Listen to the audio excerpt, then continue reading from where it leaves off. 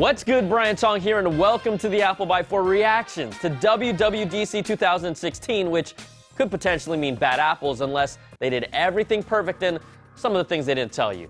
Now, there's a whole lot to cover here, and we can't get to everything, but let's start off with what surprised me the most at the show. WatchOS, or what we like to call it here, WatchOS Trace. Now, Apple has finally given me a reason to give my Apple Watch another try with a completely overhauled interface and super fast app load times. I didn't end up selling mine just so I could see if they actually did anything legit with the software, and it was their strongest announcement that significantly improved a product that really needed it the most. And I know what you're thinking. It was the Minnie Mouse watch face that got me, wasn't it? Where you can change dress colors to match wristbands and... yeah, no comment. Now, Apple's biggest miss here, they still refuse to open up custom watch faces for developers. They're still control freaks when it comes to the Apple Watch, and you know what? That's a bad apple. But big ups for creating the stock app Breathe that reminds us all to breathe. All right, tvOS got a few nice tweaks, but my favorite was the single sign-in, so you no longer have to sign into services like YouTube or Netflix or HBO Go every time you set up a new device. It's all linked to your Apple login.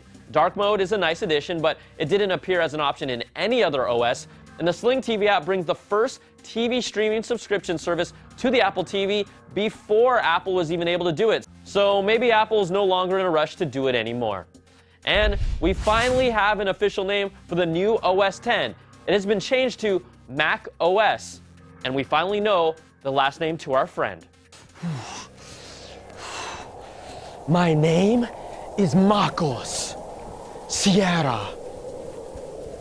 Just like the rumor said, Siri integration is here. The crowd was surprised and excited about a universal clipboard to copy and paste across your devices.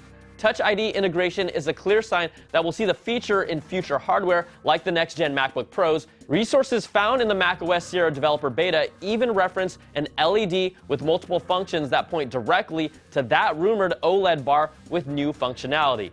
Now, Safari 10 will also be part of Sierra, but Apple plans to disable plugins like Adobe Flash, Java, Silverlight, and QuickTime by default in order to focus on HTML5 content for a better web experience. But there's more love for the Apple Watch in this keynote. Auto unlock with macOS. Just think, starting at $300, you too can unlock your Mac without entering a password and taxing your fragile fingers. Just another reason to buy an Apple Watch. Totally worth it. And finally, iOS 10. The biggest change is going to be the lock screen and notifications, which lets us interact with our phones without even unlocking them, and it's going to be super convenient. I'm digging this. 3D Touch was the demo requirement to interact with it, but my hunch is that a long press on devices that don't have it will do the same thing.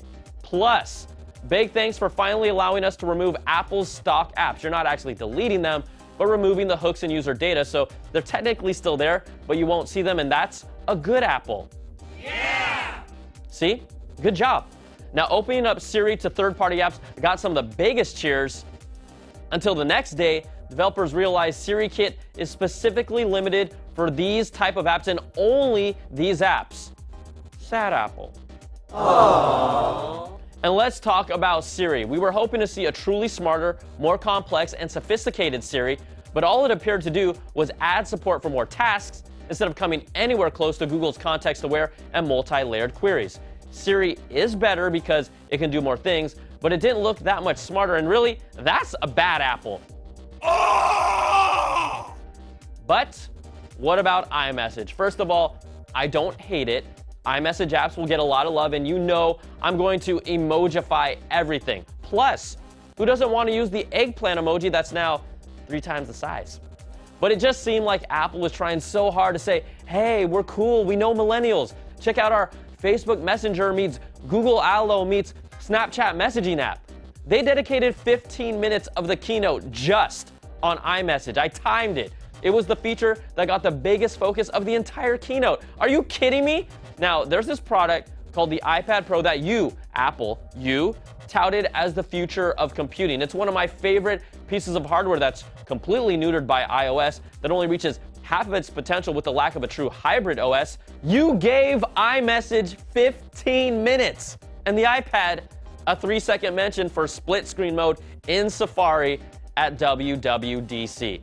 That's horrible. And you know what that is? That's a bad apple.